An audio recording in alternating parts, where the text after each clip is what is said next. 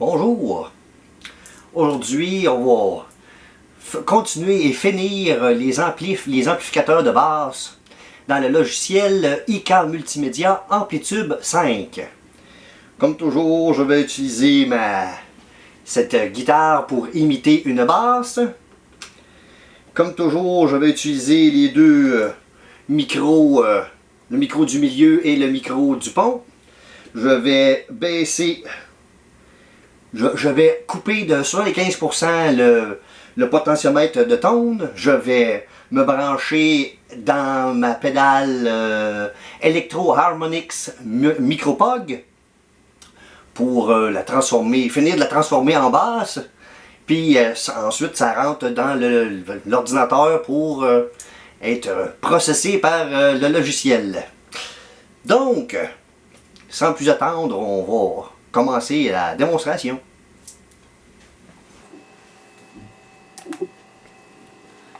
Bon, le premier, j'allais dire un amplificateur, mais c'est un pré-amplificateur supposément. Là. Le premier que je vais tester, c'est le Fender TBP1 ou Tube Bass Preamp de Fender, c'est ça comme je disais. Curieusement, comme quand j'avais testé un autre, un petit peu, je pense dans le premier vidéo, en tout cas dans les premières vidéos de base que j'avais fait, j'avais présenté un préamplificateur, puis dans le même cas que ça, on ne sait pas c'est quoi l'amplificateur. On sait c'est quoi le préampli, mais normalement un préampli, on est supposé avoir un amplificateur avant que ça arrive dans des haut-parleurs. Dans ce cas-ci, c'est pas le cas. Donc,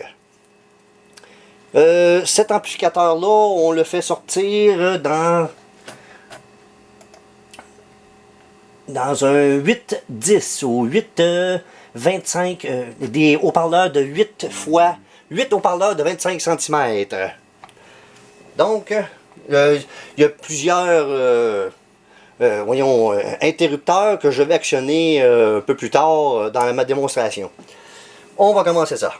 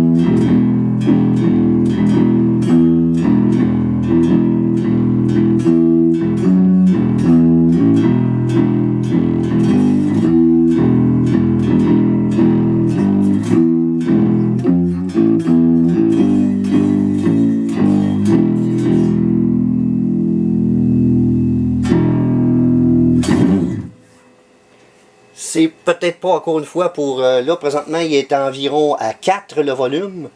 Puis on voit qu'il y a déjà de la saturation ou de la distorsion un petit peu.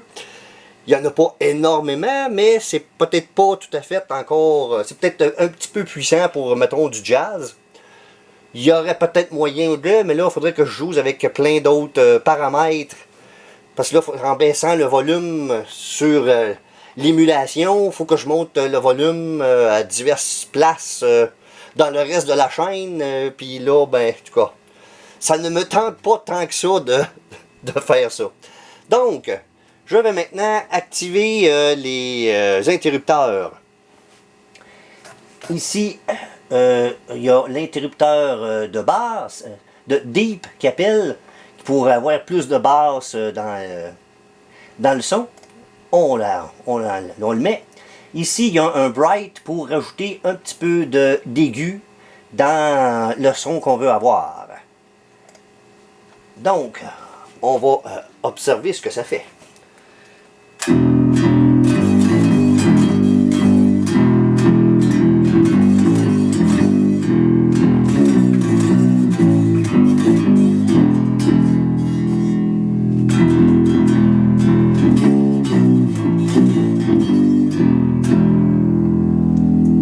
Ça n'a pas eu l'air d'avoir...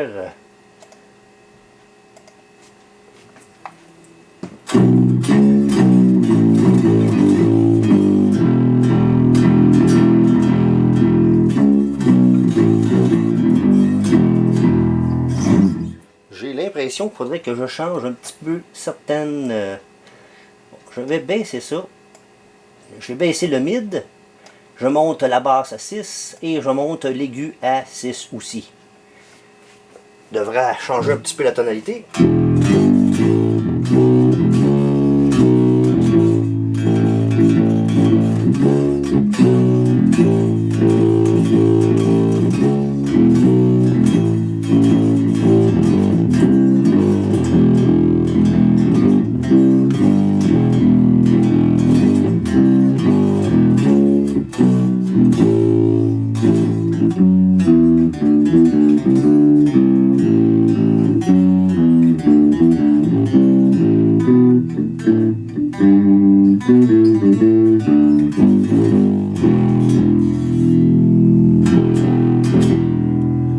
Il y a peut-être, j'ai envie de dire que peut-être un petit peu, je vais ramener la basse à 5.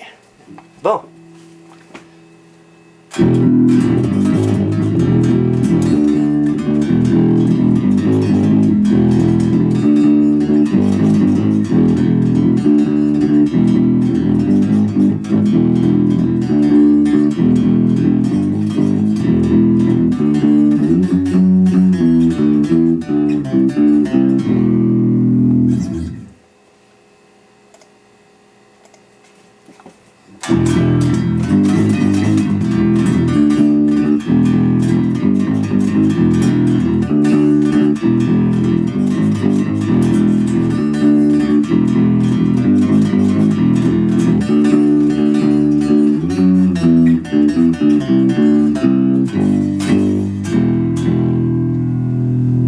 Mais là, ces interrupteurs-là sont plutôt subtils. On va enlever celui du deep, on va garder le bright. Ouais.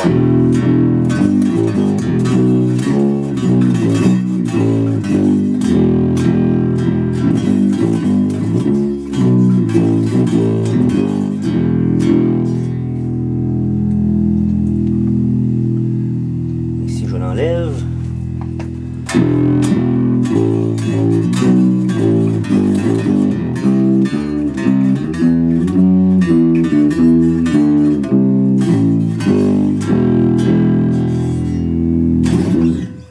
Je suis obligé de dire que ça n'a pas l'air de changer grand chose.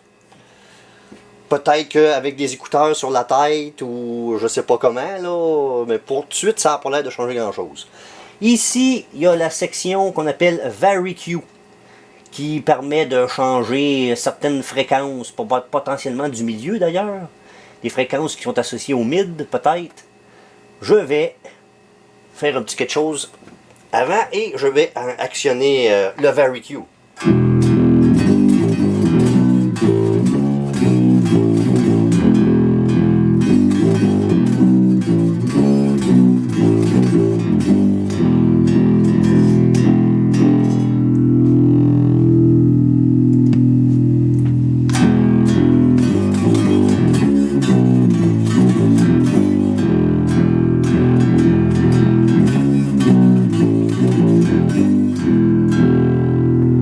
Ça fait une différence, mais c'est plutôt subtil. Je vais changer la fréquence. Là, il était à 400 Hz. Bon, ok, on va mettre ça à 2 kHz.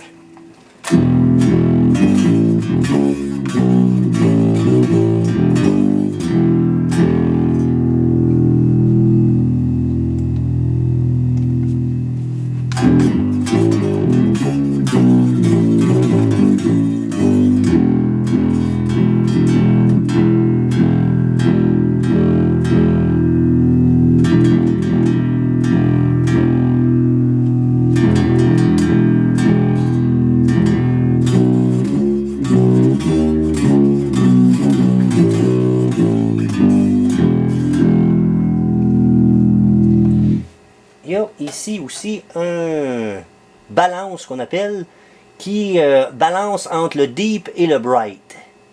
Là, il est dans le milieu, donc il est complètement sans effet, supposément. Je vais aller vers le bright. Vers le plus aigu, voir. Ah, là on entend un petit peu plus.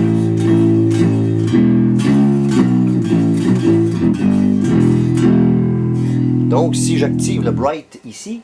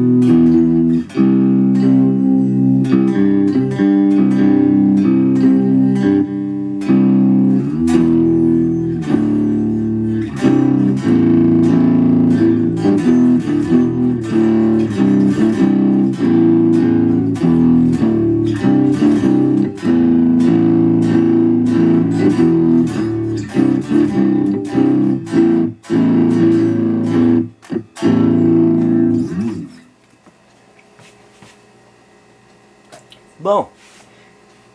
Maintenant, il y a ici un... On peut rajouter un supposé overdrive qui est fourni dans le... avec le préamplificateur. Donc, je vais l'activer.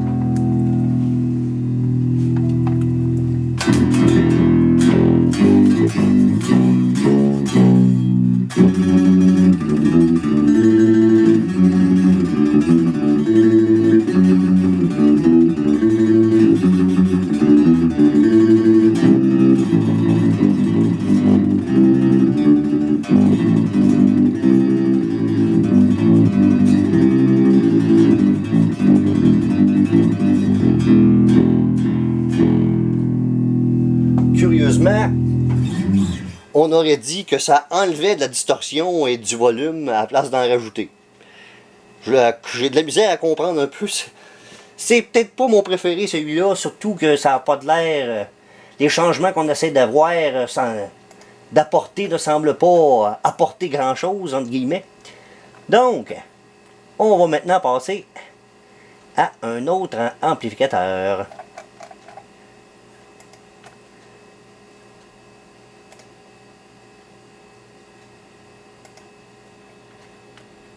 Bon, il s'agit ici d'un Son, la compagnie Son, un Son J1200S, ou 1200S, je sais pas, je pense qu'il n'y a pas de J. C'est un Son 1200S, un amplificateur que j'ai essayé avec une guitare, parce que c'est un amplificateur qui est apprécié autant des guitaristes que que ceux-là qui jouent de la basse. Les haut-parleurs sont 2,15. Deux haut-parleurs de 15 pouces ou de 38 cm. On va abaisser un petit peu ça.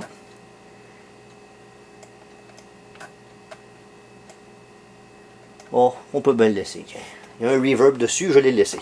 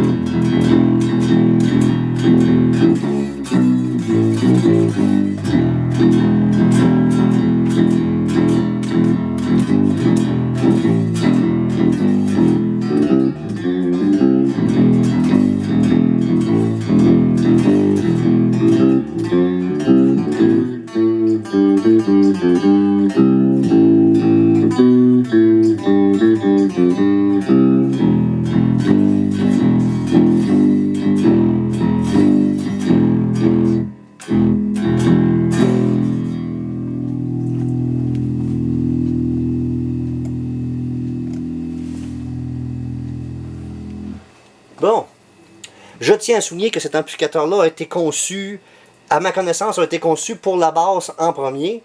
Et il y a des guitaristes qui ont trouvé que leur guitare sonnait bien à travers cet ampli.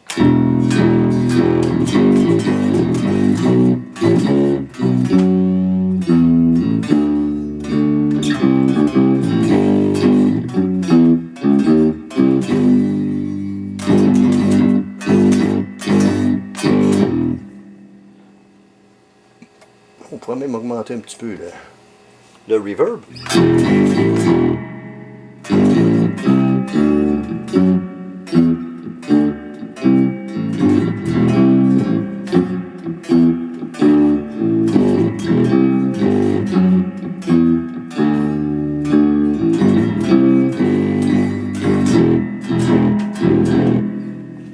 Bon, ici il y a un interrupteur qu'on appelle mid-boost ou une accentuation des fréquences moyennes.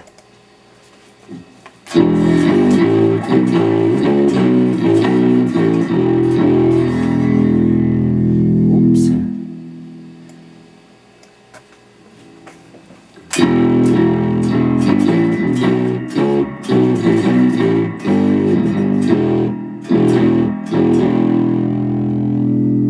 Ça rajoute pas mal de...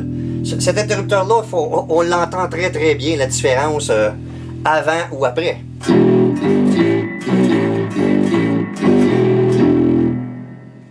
vais l'enlever.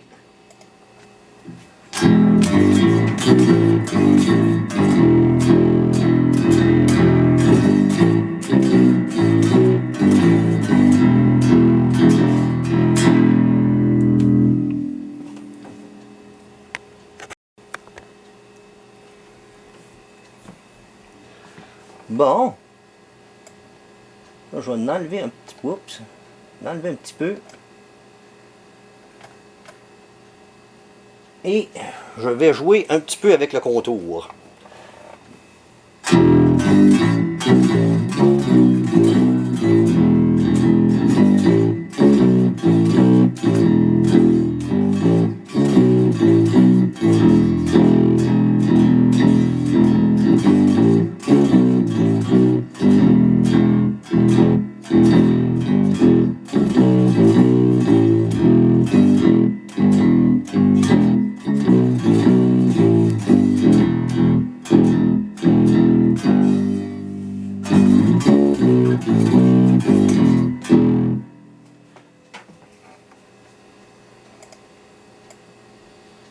Bon, on va le mettre à peu près à moitié. Ah ouais, il y a plus de mordant là.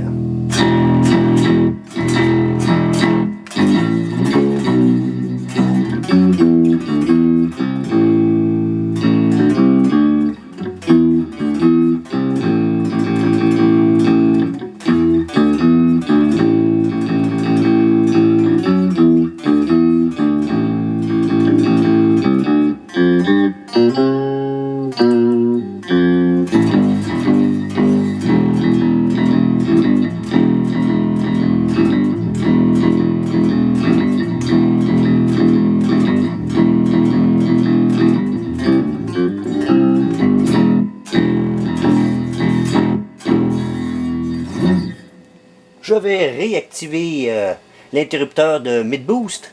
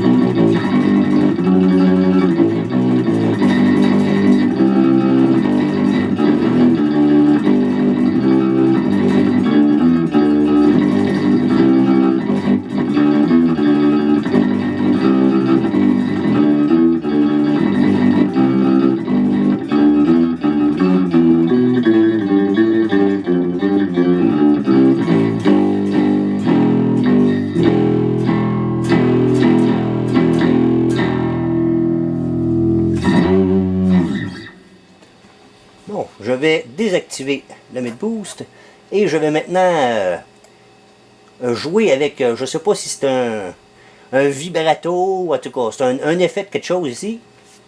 On va voir ce que ça fait.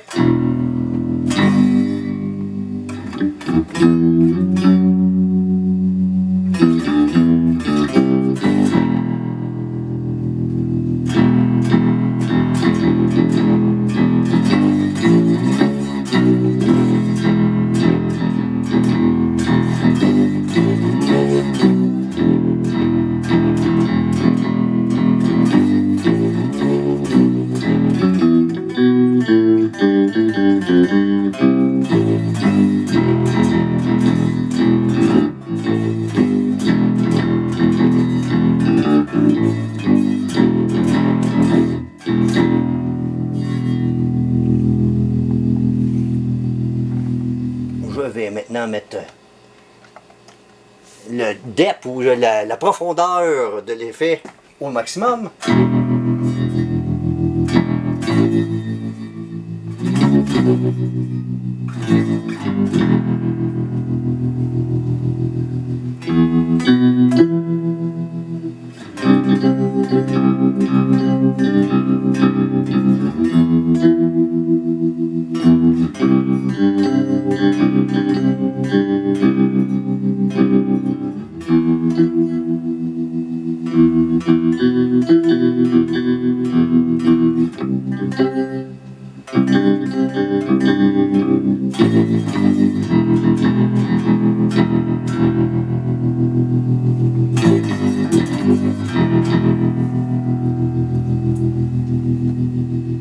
Je vais réactionner l'interrupteur Mid Boost.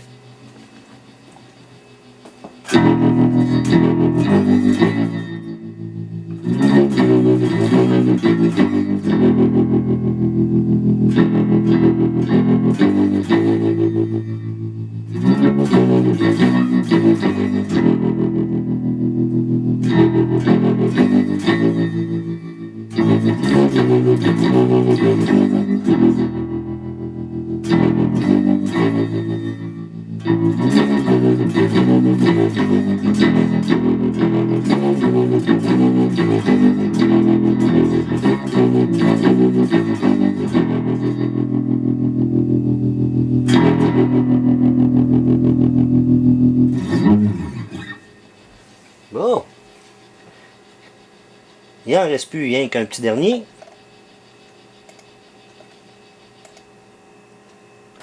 Le Orange AD200 Base Mark III.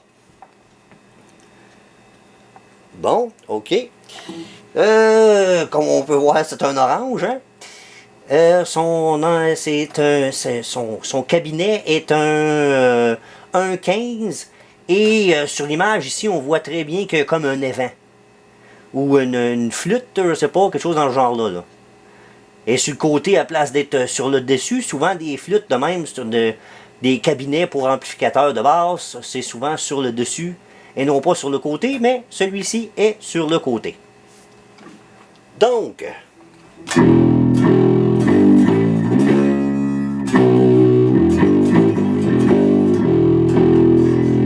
je pensais, il y a beaucoup de gain, hein? On va mettre ça, on va baisser un peu le gain.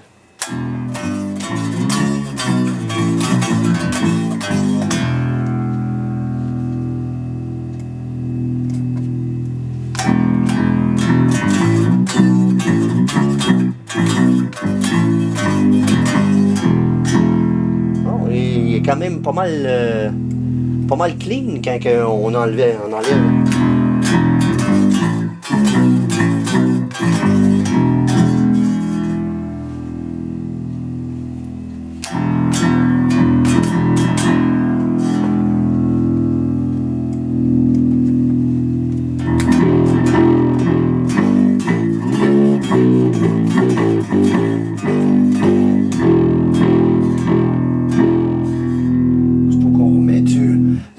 Volume, ça redevient un petit peu distorsionné.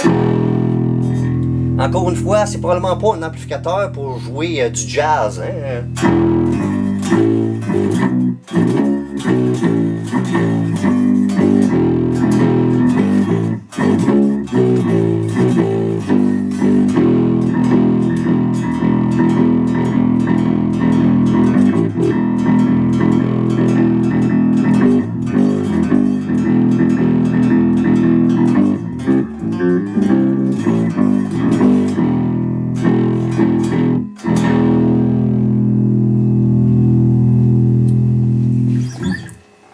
Bon, on va ramener ça ici, ramener ça là.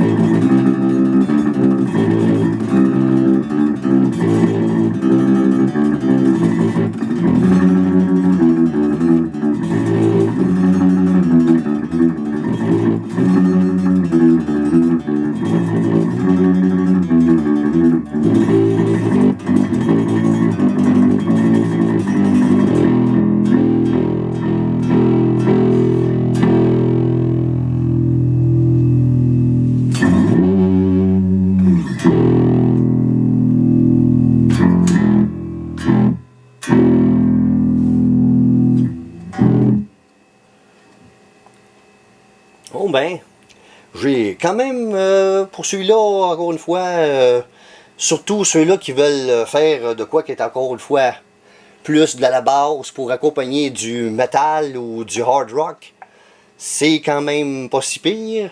Pour faire du jazz, encore une fois, peut-être du blues, je sais pas, là. En tout cas, il faudrait plus que j'explore, là, mais le temps file. Donc, nous sommes rendus à la fin de ma démonstration. Il ne reste plus que le petit mot de la fin. Bon ben, on a passé au travers. On a passé tous les amplificateurs de basse. Il y en aurait peut-être un autre que j'aurais pu mettre. Un Marshall Major. C'est que le circuit est presque pareil à un Marshall Bass, en tout cas. Parce que durant les années, à la fin des années 60, début des années 70, Marshall a sorti 3 circuits très similaires les uns des autres. Le lead, le PA ou Power Amp, et le basse. Il y a quelques petites différences dans le circuit, mais bon, en tout cas, c'est dans le sens que j'aurais peut-être pu faire un test avec ça, avec le, le Red Pig, en tout cas, le Marshall Major, mais j'ai décidé qu'on coupait ça ici. Donc, fini pour les amplificateurs de base. Dans le prochain vidéo, je devrais commencer à montrer qu'on peut interchanger les haut-parleurs d'un amplificateur à l'autre. Et on peut changer la pièce dans laquelle l'amplificateur, les haut-parleurs jouent, et les micros qui enregistrent le haut-parleur en question. Ça a peut-être l'air un petit peu ésotérique pour certaines personnes pour l'instant, ce que je dis là, mais vous allez comprendre un petit peu plus dans la prochaine vidéo où ce que je vais en faire la démonstration. Donc, il ne me reste plus qu'à vous remercier d'avoir bien voulu écouter cette vidéo à propos du IK Multimédia Amplitube 5.